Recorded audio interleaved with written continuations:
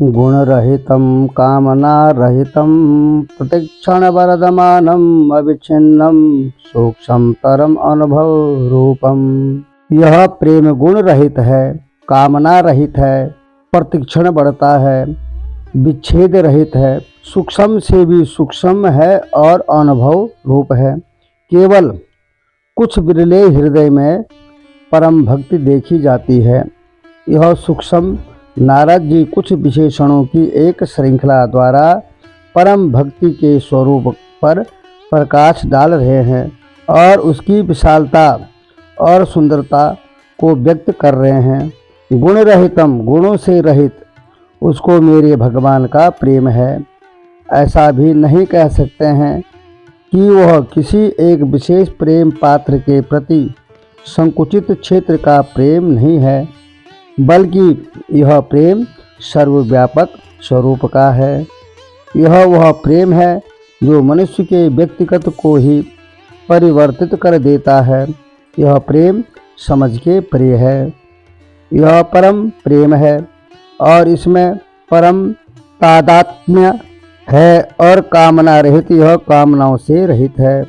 भगवान के प्रति इस प्रकार का प्रेम किसी कामना से प्रेरित नहीं होता और किसी वस्तु की कामना, किसी लाभ की कामना प्रेमी से नहीं की जाती।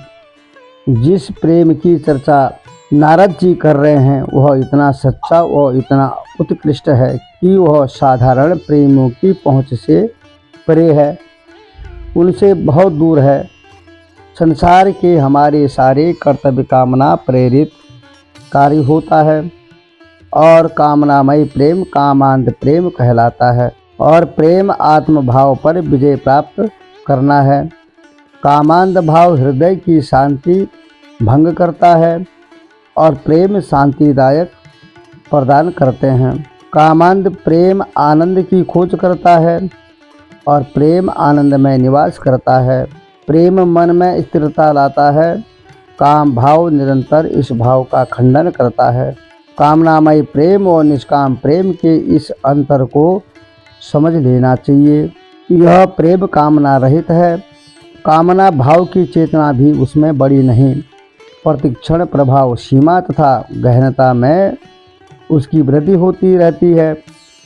अविच्छिन्न यह प्रेम जागृत, स्वप्न और सुषुप्ति तीनों अवस्थाओं में ही अविच्छिन्न होता है।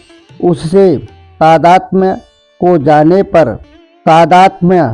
जाने पर उसके प्रति जो प्रेम प्रभाव होता है वह सदैव सब परिस्थितियों, सब अवस्थाओं, सब स्थानों में एक सा रस उसमें रहता है। वह गुण रहित है तथा सूक्ष्म स्वरूप अपनी व्यापकता को जाना जा सकता है। इस प्रकार मेरा नारायण ही सब में है, वही सब में व्याप्त है, यही उसका व्यापक स्वरूप है। मम प्रेम की धारणा में वह बध नहीं सकता। मैं केवल ब्राह्मणों से ही प्रेम करता हूँ। मैं केवल अपनी जाति, अपने वंश से ही प्रेम करता हूँ। यह उच्च प्रेम नहीं है। मैं किसी से घृणा करूँ, सब तो मेरे प्रेमी नारायण ही हैं। जिस प्रकार माता पिता का प्रेम उसकी सब संतानों में व्याप्त होता है, उसी प्रकार अणु अणु में भक्त उन्हीं को व्याप्त देखता है। श्री विश्वनाथ का भक्त सर्वत्र उन्हीं को देखता है जो अपने ईश्वर के प्रति श्रद्धा भक्ति प्रेम रखते हैं। अनुभव रूपम, अगर भक्ति सूक्ष्म है तथा अग्राह्य है तो उसका यह तात्पर्य नहीं कि उसका अनुभव नहीं किया जा सकता। वह तो हमारे अनुभव की वस्तु है, हमारे निजी अनुभव की। अन्य सभी अनुभव के लिए तो वह किसी न किसी साधन व किसी न किसी माध्यम की आवश्यकता पड़ती रहती हैं। हम अपने नेत्रों से देखते हैं। नेत्र देखने का साधन है। अगर मेरे नेत्र धुंधला देखते हैं तो मैं आपको धुंधला देखूंगा। यदि मेरे हृदय में प्रेम है तो आप मुझको प्रिय लगेंगे। यदि मेरे मन में घृणा है तो आप मुझको अप्रिय लगेंगे। मैं जो कुछ भी देखता हूँ अपने साधन से देखता हूँ। कैसा देखता हूँ वह मेरे साधन की क्या अवस्था है इस पर निर्भर है।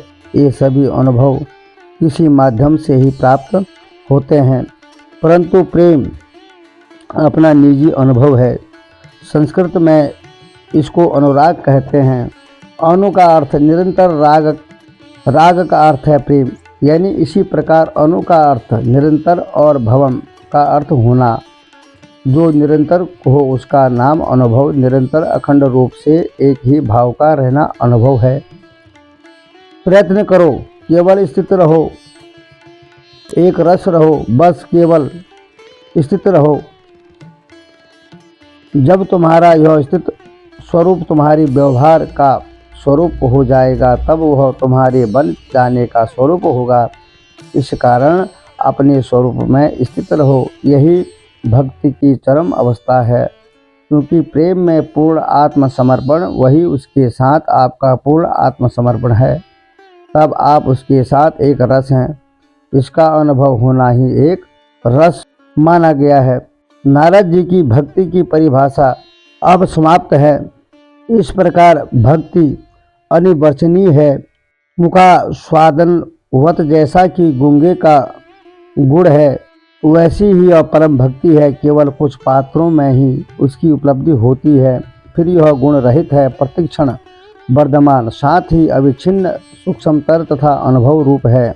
एक बार परम भक्ति की प्राप्त कर लेने के पश्चात भक्त उसी का अवलोकन करता है, उसी को सुनता है और उसी को बोलता है, उसी का चिंतन करता है, एक प्रसिद्ध भाव का स्मरण दिलाता है और उससे बहुत कुछ समानता है। सर्वोत्तम आध्यात्मिक स्तर के अनुभव भी जैसे यहाँ पर है वैसे ही हो जाते हैं। जहाँ उसके अलावा कुछ और न दिखे, कुछ और न सुनाई पड़े और न कोई अन्य अनुभव न हो, वही भूमा अवस्था है, यानी सर्वव्यापी असीम अनंत अचल ब्रह्म की अवस्था है। जहाँ अन्य वस्तुएं दिखें, जहाँ आप अन्य वस्तुओं का अनुभव करें, वह सीमित तदल्पम रूप है। जो भूमा है वह अमृत है और जो अल्प है वह नश्वर है। फिर ब्रह्म क्या है? यह वह अवस्था जहाँ हम कुछ और नहीं देखते, कोई अन्य अनुभव नहीं करते, किसी अन्य का चिंतन भी नहीं करते, किसी अन्य को नहीं सुनते, केवल जो सुनाता है उसी को सुनते हैं और समस्त पदार्थ, समस्त भाव, समस्त विचार उसी में रत रहते हैं। उसी ब्रह्म में परम ब्रह्म का अनुभव करते हैं। उसी अवस्था को भूमा कहते हैं। वही हम अपने स्वरूप के साथ, जब तक हम अपनी चेतना अवस्था में हैं, अपने विचार, भाव तथा इंद्रियों से अनुभव करते हैं, तब तक हमारी अवस्था सीमित है और हम नश्वरता को प्राप्त हैं। नारद जी का कथन है कि परम भक्ति की प्राप्ति में प्राणी उसमें इतना ओतप्रोत रहता है कि वह किसी और का श्रवण नहीं करता और किसी का कथन नहीं करता। उसको वह सदा देखता है। उसका मन किसी अन्य वस्तुओं का चिंतन ही नहीं कर सकता। ऐसा भक्त जो इस दृढ़ श्रद्धा से परम भक्ति में बैठ गया, उसकी बुद्धि श्री नारायण के चिंतन के अतिरिक्त और कुछ नहीं सोचती। उसी को तदेव चिंतयति कहते हैं। नारद जी हमको धीरे धीरे परम भक्ति की पराकाष्ठा तक ले आए हैं, जिससे कि उसके अनुपम सौंदर्य का अनुभव करके हम नव रूप से संचारित होकर उसकी गहराइयों तक पहुंच जाते हैं या पहुंच सकते हैं। साधारणतः हम यह समझते हैं कि भगवान की माया ही हमको भगवान से दूर रखती है। माया भगवान का आवरण है जो भगवान की पूर्ण दर्शन हमको नहीं करने देती, परंतु ऐसा नहीं। वस्तुतः हमारी दृष्टि वासनाओं से दूषित है। हमारे मन के दोष और गंदगी ही भगवान को हमसे ओझल कर देती है, हमको दूर रख देती है, हमको भगवान से करीब नहीं आने देती है और हम भगवान से विमुख हो जाते हैं। जब मन वासनाओं से मुक्त हो जाता है, तब वह चैतन्य और मननशील हो जाता है। केवल शांत मन ही अपने वास्तविक स्वरूप का चिंतन कर सकता है। ऐसा श्री कृष्ण भगवान ने कहा है कि जब शुद्ध और शांत मन उस महान सत्य का अनुभव करता है, तब भक्ति की उस परम अवस्था के रूप को हम गुण रहित कह सकते हैं। वह अवस्था जिसमें कोई गुण न हो, उस परम अवस्था के विषय में हम कुछ भी नहीं कह सकते, क्योंकि वह किसी भी गुण से विभूषित नहीं है। गुण का प्रभाव सीमित करना है और वह किसी प्रकार से भी सीमित नहीं है।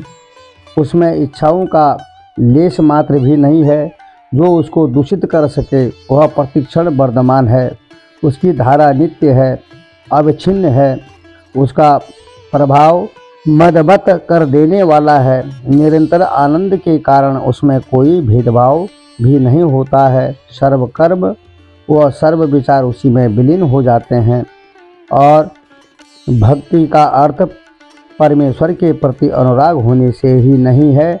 भक्ति को सूक्ष्म से भी सूक्ष्म कहा गया है।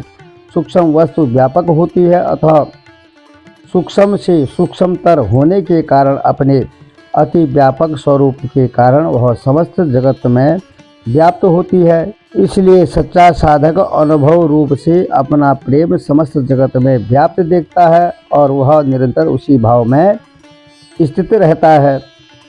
इसका ध्यान रखना चाहिए कि जब ऐसा भक्त इतनी परम भक्ति में लीन हो जाता है, जब वह जगत के समस्त पिता पुत्र आदि के लौकिक संबंधों को सदैव के लिए भूल जाता है, उसके पास जो अवशेष रहता है वह केवल परम भक्ति की आत्म स्थिति होती है।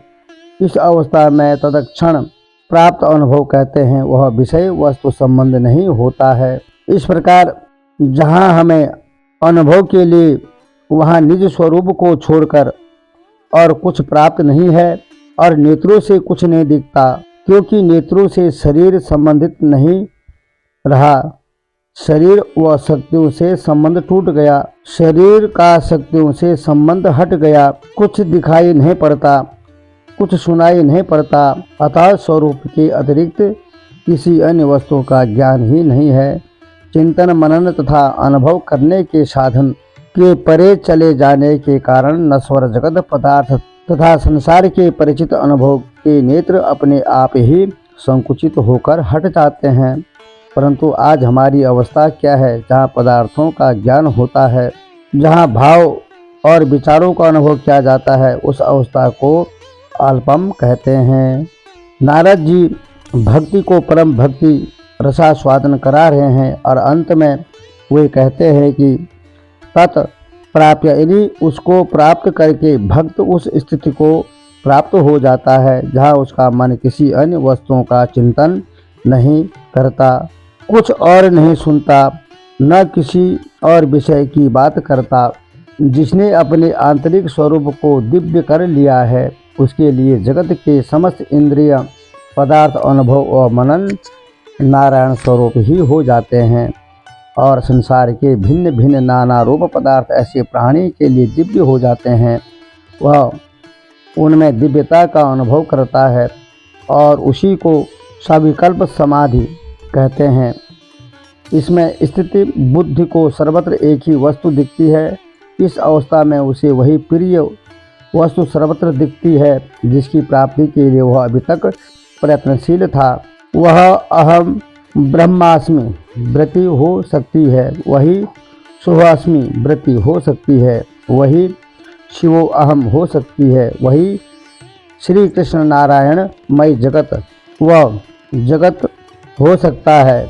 अपनी अपनी संस्कृति के अनुसार वह साधक की अपनी भावना के अनुसार वह कुछ भी हो सकता है। जो नाना रूप जगत पदार्थों में विभिन्नता देखता है वह मिट जाता है और वह नारायण वृत्ति में समा जाता है। प्रारंभ में ही हम उससे भिन्न हैं और हम साधक हैं। नारायण हमारा साथी है, हमसे भिन्न है। सच्चे साधक के लिए एक मैं हूँ, एक नारायण है, एक प्रीति करने वाला है, दूसरा प्रिय है। वह द्वैत की अंतिम धारणा है। जब इस अहम भाव का भी अंत कर दिया जाता है तब आत्मा के अतिरिक्त और कुछ भी अवशेष नहीं रहता है। सर्व परमात्मा श्री नारायण स्वरूप अनंत एकमात्र प्रेम स्वरूप ही रह जाते हैं और प्रभु के प्रति श्रद्धा भक्ति रखने वाला व्यक्ति परमात्मा को प्राप्त हो जाता है, वही प्रेम है। तो मित्रों, यह कहानी आपको कैसे लगी अपने कमेंट के माध्यम से बताइएगा और चैनल को लाइक और सब्सक्राइब जरूर करिएगा। बहुत बहुत धन्यवाद। जय श्री कृष्ण।